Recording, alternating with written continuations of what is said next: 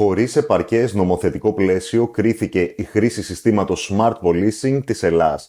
Πιο συγκεκριμένα, με απόφασή της, η Αρχή Προστασίας Δεδομένων Προσωπικού Χαρακτήρα αναστέλει την παραγωγική λειτουργία του συστήματος Smart Policing της ελληνικής αστυνομίας.